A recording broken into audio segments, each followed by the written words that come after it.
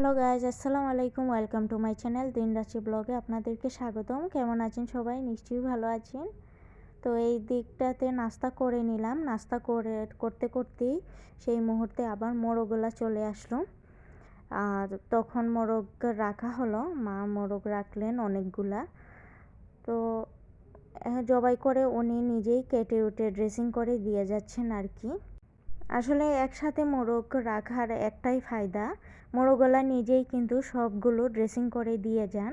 তারপরে আপনি চাইলে ধুয়ে তারপর সুন্দর করে প্যাকেট করে রেখে দিলেই হয়।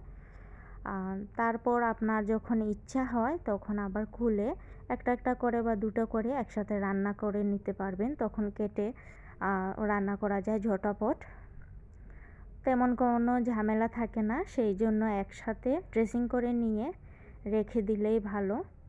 তো তার মধ্যে দুটো রেখে দিয়েছি পালার জন্য। তো এই দিকে লাউ গাছে চলে আসলাম। দেখতেই পাচ্ছেন আমার লাউ গাছের কীরকম অবস্থা। কী জন্য জানি লাউ গাছটা ভালো করে হলো না, মানে লাউটাও ভালো করে হয়নি। পুরাটা লাউ এইভাবে হয়েছে আর নিচের জায়গাটায় এরকম একটু লালচে হয়ে এসেছে। তো এটাকে যদি আবার রাখি তাহলে পচে যাবে, সেই জন্য আজকে কেটে ফেলেছি। এইটুকু যদি কেটে বেছে রান্না করি এটাই আমার জন্য অনেক, আমি মনে করব। কারণ এই প্রথম আমি কোনো লাউ গাছ লাগিয়েছি আর সেটা থেকে ফলন পেয়েছি। তো সেটা আজকে রান্না করে খাওয়া হবে। আর এই দিকটাতে মুরগি ক্লিন করে দিয়ে গিয়েছেন, এখন এটা ধুয়ে ফ্রিজে রাখা হবে। তো এখন একটু আমার পাখিদেরকে শাক দিয়ে দিচ্ছি। ওদেরকে আজকে শাক দিব নাস্তা হিসেবে। আগে ওদের নাস্তাটাও আমি দিয়ে দিচ্ছি। প্রত্যেকের খাঁচায় একটা করে থালা দিয়ে দিচ্ছি। শাকগুলোকে ধুয়ে কেটে নিয়েছি ওদের জন্য। আর এই শীতের দিনটাতে যদি ভালো করে শাকগুলো না খাওয়ায়, আসলে এখন যদি শাকগুলো এই সিজনে না খাওয়ায় সবগুলো শাক তো আবার পাওয়া যাবে না গরম আসলে। সেই জন্য আর কি এখনই শাকগুলো যে শাক বের হয় সেগুলোই দিতে চেষ্টা করছি। আর সে কারণে ওদের শরীরে যথেষ্ট পরিমাণে ভিটামিন ক্যালসিয়াম যুক্ত হবে। সেই জন্যই এখন শীতের দিনে বেশিরভাগই আমি শাকটা রাখছি ওদেরকে খাদ্যের তালিকায়। তারপর দুপুরে নামাজ পড়ে খাবার খেয়ে নিচ্ছি। দুপুরের লাঞ্চ এইগুলোই ছিল আজকে। আর তারপর বিকেলবেলায় একটু হাঁস মুরগিগুলো মা গুছাচ্ছেন, মানে ওদেরকে ঘরে তুলছে। তো সেই ফাঁকে আমি একটু ক্লিপ তুলে নিলাম আপনাদের সাথে, আমাদের হাঁস মুরগিগুলো আরেকবার শেয়ার করে দিচ্ছি।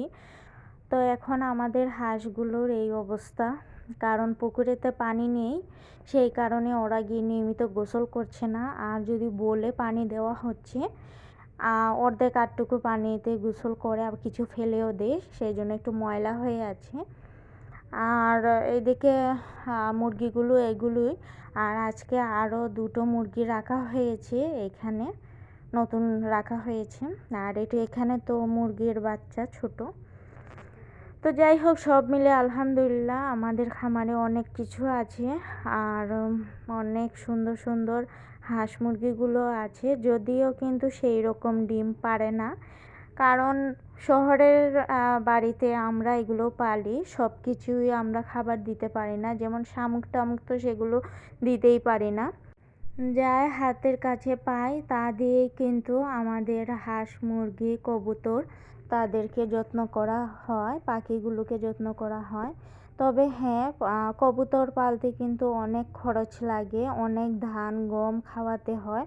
হাঁসগুলোকেও কিন্তু অনেক কুড়া ভুসি এগুলো খাওয়াতে হয়। তো সেই পরিমাণে কিন্তু ওরা তেমন পরিমাণে ডিম দেয় না, যার কারণে আমাদের লাভ থেকে ক্ষতিটাই একটু হয়। তো লাভের চিন্তা আসলে আমরা করে এগুলোকে পালি না, কারণ আমরা শখের চিন্তা করে পালি। আমাদের কিন্তু এগুলো শখ লাগে পালতে। আর বিশেষ করে আমার শাশুড়ি মা এগুলোর জন্য পাগল। এগুলো ওনার খুব পছন্দের কিন্তু হাঁস মুরগিগুলা, আর উনি কিন্তু এগুলোকে যত্ন করেন। তো এইদিকে আমার বিকালবেলা আমার বাগানে গাছগুলোতে পানি দিয়ে দিচ্ছি। আর মাশাআল্লাহ আমার বেগুন গাছে আবার বেগুন চলে এসেছে। তো একা হাতে ভিডিও ক্যামেরা আর এক হাতে এই ঝাড়টা, তো আমার কিন্তু ভিডিও করতে আর পানি দিতে অনেক কষ্ট হচ্ছে, কারণ এক হাতে কিন্তু জার এটা রাখা যায় না, কারণ জার ভর্তি পানি। তো সেই কারণে আসলে এত বেশি সুন্দর হচ্ছে না ভিডিওটা, সেটা আমি বুঝতে পারছি। আর আমার হাতটা কিন্তু পুরোই ব্যথা হয়ে গিয়েছে এই জারটা তুলে রাখতে রাখতে, মানে এক হাত দিয়ে। আর মাশাআল্লাহ এই বাগানবিলাস গাছটা এখন 3টা ফুল আবার ফুটেছে। তো এখন দেখি এটা বড় হয় কিনা। ইনশাআল্লাহ আমরা গেটের সামনে এটা দিয়ে দিব সুন্দর করে বড় হলে। আর এই মোরগডুগা ফুলটাও আমার মাশাআল্লাহ খুব বেশি ঝোপালো হয়েছে। আর গাঁদা ফুলের অবস্থা তো দেখছেনই, একদম মরে গিয়েছে।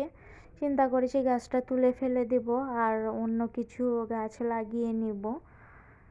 তো আপনাদের কাছে আমার এই পুরা ভিডিওর কেমন লাগলো, আর অবশ্যই কিন্তু আপনারা একটা লাইক দিয়ে দেখবেন প্লিজ।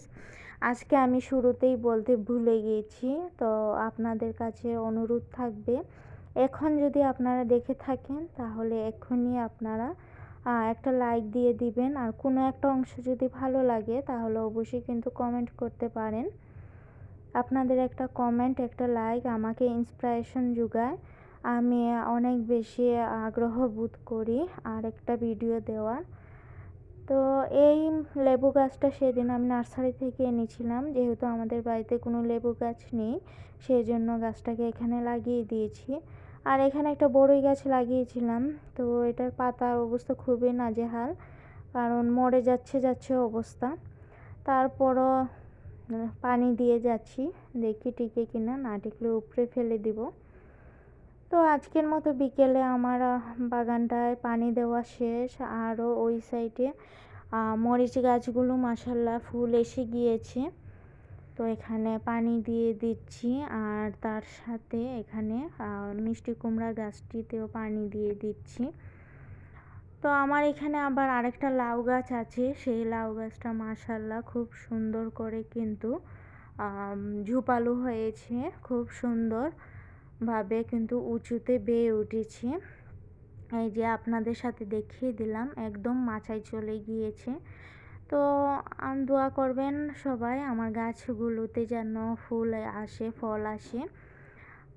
আর আপনাদের সবার জন্য কিন্তু আমি আজকে শুক্রবারের দিনে দোয়া করেছি। আমি চাই, আমি সেভাবেই দোয়া করেছি যে যতজন ইউটিউব পরিবারে আছেন সবার মনে আশা আল্লাহ তাআলা পূরণ করুন, তার সাথে আমারও পূরণ করুন, সবারও পূরণ করুন।